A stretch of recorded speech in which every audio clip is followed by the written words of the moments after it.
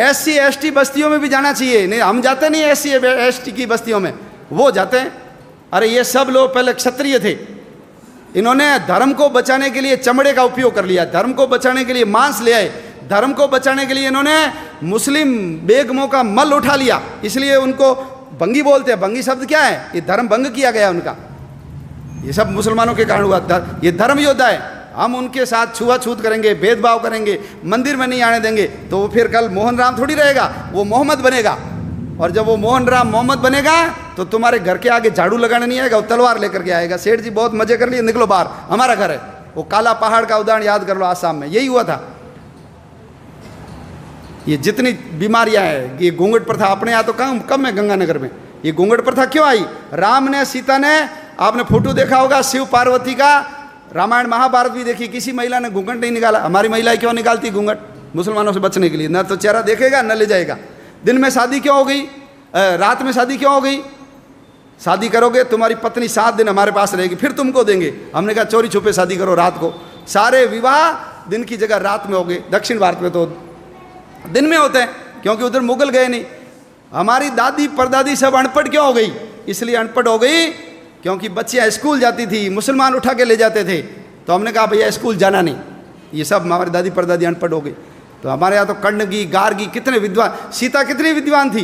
द्रौपदी ने जो सवाल किए उस सवालों का उत्तर भीष्म भी नहीं दे पाया। पढ़ी लिखी थी तब किए ना। ये बाल विवाह, बच्ची को जल्दी शादी कर लो, शादीशुदा बच्ची को मुसलमान कम ले जाते थे। बाल विवाह इनके कारण आ गए। चमड़े का उपयोग, मांस का उपयोग। ये घर में लैट्रिन जाते नहीं थे, बाहर ही जाते थे। हड़प्पा मोहनजोदड़ो में कोई लैट्रिन नहीं निकली, ये जाते थे घर में, क्योंकि महिलाओं को उठा के ले जाते थे। किले से बाहर जाएगी तो घर भाग जाएगी, इसलिए किले में ही जाओ। अब बदबू आ गई तो क्या करें? इनको कहा मुसलमान नहीं बनना तो मल उठाओ। इन्होंने कहा मल उठा लेंगे, मुसलमान नहीं बनेंगे। तो ये सब धर्म योद्धा है, हम भूल गए। सुअर भी अपनी रक्षा के लिए पाला। सुअर रहेगा, मुसलमान घर पे नहीं आएगा। सुअर का तिलक लगाएगी लड़की, उसको कोई मुसलमान हाथ नहीं लगाएगा। तो अपनी रक्षा के लिए सुअर आ गया। आज जो सुअर पालते हैं हम उसको अछूत मानते हैं। ये नहीं होते तो 1947 नहीं, उससे पहले ही देश का विभाजन हो जाता। अंबेडकर जी मुसलमान बन जाते तो आप कल्पना कर सकते हो क्या हालत होती हमारी।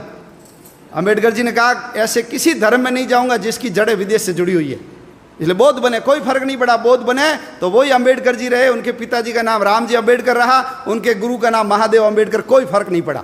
तो बौद्ध तो हमारे अवतार है। जैसे सिख परंपरा है, जैसे जैन परंपरा है, ऐसे बौद्ध परंपरा है। लेकिन है सब कौन? हम सब जाकर के मूल तो उस हिंदुत्व तत्व से जाकर के ही तो जुड़ते हैं। तो छुआछूत खत्म होनी चाहिए। इसलिए विश्व हिंदू परिषद का मंत्र है हिंदवः सोदरा सर्वे न हिंदू पतितो भवेत्। सभी हिंदू सगे माँ जाए भाई हैं, कोई हिंदू नीच या पतित नहीं है। मम दीक्षा हिंदू रक्षा, मम मंत्र समानता। मेरी दीक्षा हिंदू की रक्षा करना और समानता लाना मेरा मंत्र है। ये विश्व हिंदू परिषद का उद्घोष है। आप सब लोग भगवान श्री कृष्ण से और विश्व हिंदू परिषद जिस पवित्र मंत्र को लेकर के इस संगठन के काम में लगा हुआ है, उस काम में जुटिए। देखिए दुनिया में 2 काम होते हैं, एक होता है इम्पोर्टेंट काम और एक होता है इमरजेंसी काम। घर में विवाह है, शादी होनी चाहिए, लेकिन उस समय माँ को हार्ट अटैक आ गया, आप क्या करोगे? शादी करोगे, माँ का इलाज कराओगे? बोलो, इलाज कराएंगे ना?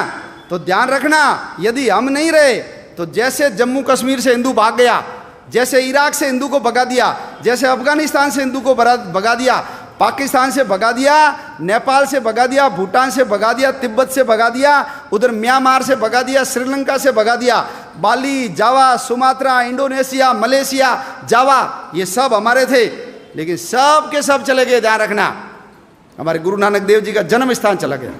हम हर साल प्रहलाद की पूजा करते हैं। प्रहलाद जन्मा कहाँ, ये हिंदू को पता ही नहीं है। प्रहलाद जन्मा था मुल्तान में, उसका पुराना नाम था मूल स्थान, हमारे हाथ से गया। लाहौर किसने बसाया? भगवान राम के पुत्र लव ने बसाया। लाहौर गया हमारे हाथ से। भरत का पुत्र था तक्ष, उसने बसाया तक्षशिला को, आज तक्षशिला हमारे हाथ में गया। भगवान राम, बाबा रामदेव जी की ससुराल अमरकोट बदल करके उसको उमरकोट बना दिया। हमारी हिंगलाज माता का मंदिर चला गया, सिंधु नदी चली गई, तक्षशिला का विश्वविद्यालय चला गया, कटास राज चला गया जहां यक्ष और युधिष्ठिर के संवाद हुए थे, ढाकेश्वरी देवी चली गई, हमारे पशुपतिनाथ का मंदिर चला गया। क्यों?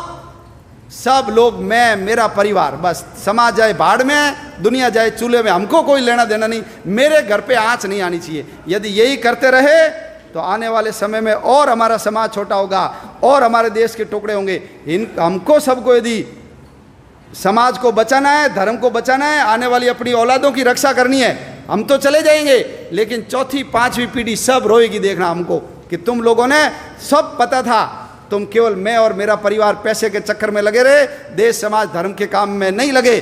तो ये सब काम इंपॉर्टेंट है, लेकिन इमरजेंसी काम एक ही है, वो है हिंदू समाज को संगठित करना, देश के लिए काम करना।